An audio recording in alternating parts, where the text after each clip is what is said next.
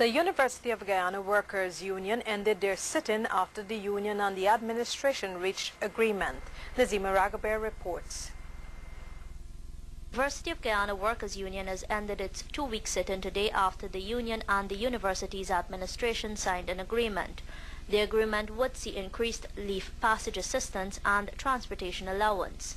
The increase in the transportation allowance would see 50% on the difference between the increased cost and the present rates being paid by the university retroactive to January 1.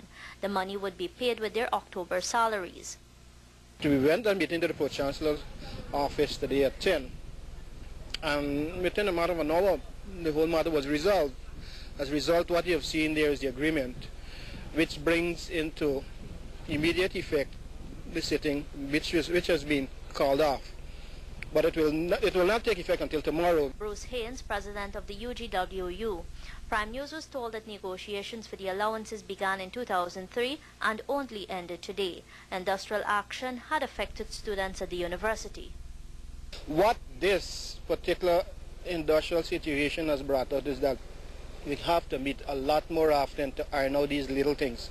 Because if you don't do that, they become monsters. Create unnecessary disruption. It is not the objective of the union to go that route. Haynes said that the union representatives were able to have preliminary talks with the university's administration about other issues affecting it. Permanent posts being held by part-time or temporary staff was among the lot. Registrar Dr. David Chandabali said that the other issues would be dealt with as soon as UG honors the terms of today's agreement.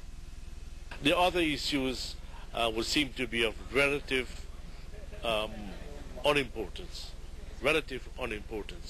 and they're not as urgent as these were, but we'll take them one at a time. Finally, he said too that the end of the sit-in would help to fast-track preparation for this year's convocation ceremony next month.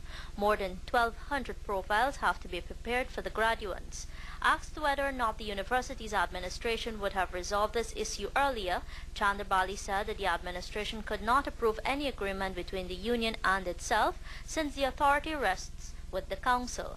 Since the council is in abeyance, the administration had to seek the intervention of Pro-Chancellor Prem Nazir and Education Minister Sheikh Baksh. For Prime News, Nazima Raghaber.